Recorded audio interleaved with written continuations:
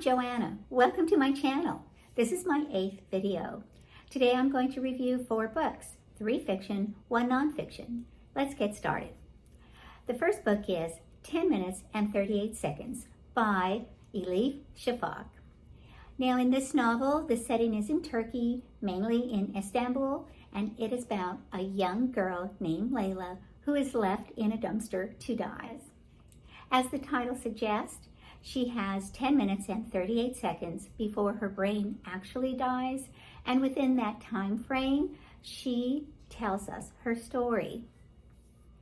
She tells of her childhood, her culture, which is very beautiful. However, in Layla's particular family, it's very male dominant.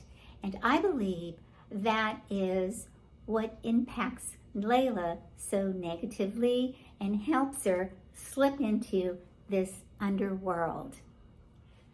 Now in this underworld, she, manages to find very sweet friendships. She is loved, and that part is good. It's very dark, a very dark story. Naturally, she dies, and that was my thing. It was, I had no hope. She was going to die. So I believe reading this kind of novel is very subjective. I think it's where you are in your headspace, and I just didn't want to be depressed. I appreciated the prose. It is a page turner. It is a good novel. It's popular, and I believe because it tells a real story. I mean, things like this happen. That is life, and it's also reality. So I can appreciate that, but I just did not want to be depressed at the time I was reading it. So I give it a 3.5. Book number 2, The Naming of the Birds by Pádraig O'Donnell. This author is from Ireland, and in this novel, I was hooked immediately. It's set in the 1850s. He opens in an orphanage where terrible and mysterious things are happening to children. And I really enjoyed the use of his language. For example, let me read you an example. A wine apple. Most children were not familiar with, and asked them to guess what it is. It is a deep burnished red top with a little ragged crown. I just really appreciate his language. Now, this is a murder crime mystery. There were murders in the orphanage, and then 20 years in the future, there are murders tied to those murders in the orphanage. And so in come Inspector Cutter and his sergeant, Gideon Bliss. Now, the banter between these two is hilarious. That, though it's dark, it's so very funny. And I have to give you another example of their dialogue between each other.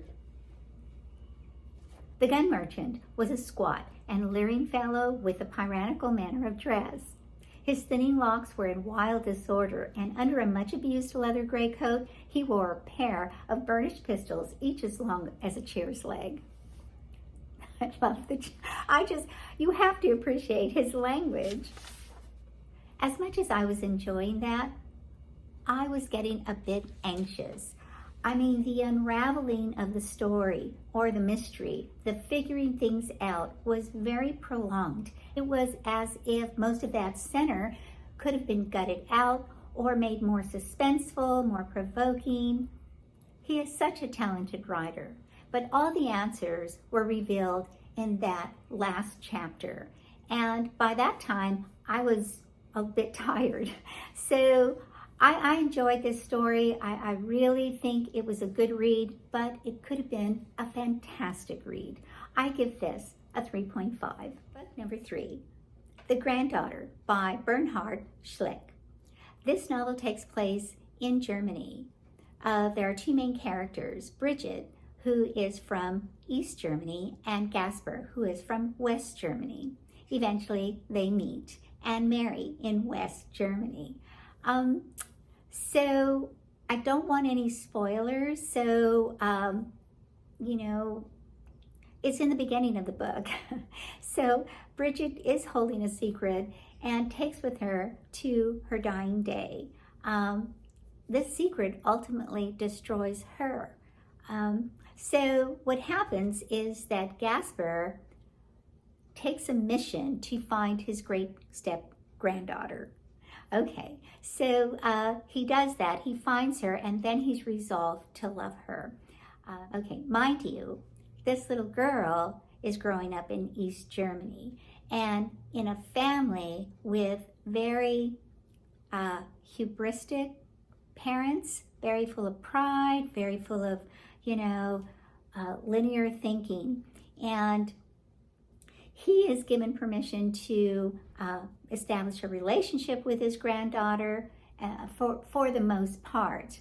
And he uses this time to very carefully, very lovingly bestow his wisdom upon her, and introduces her to books, to music, to just widens her world.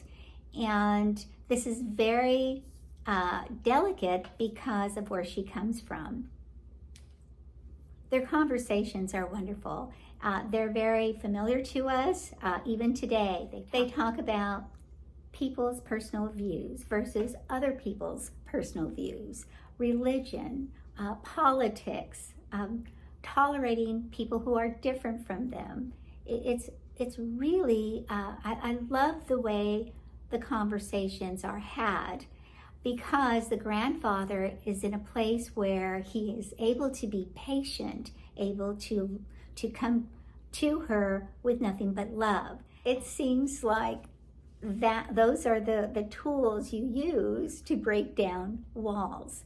But this is a very tender story. It's hopeful, but it's also a story of reality. Okay, I just enjoyed this thoroughly. The prose are wonderful. It is a page turner for me from beginning to end. I give this 5 stars. Book number 4, my nonfiction book, Moonwalking with Einstein by Joshua Foer.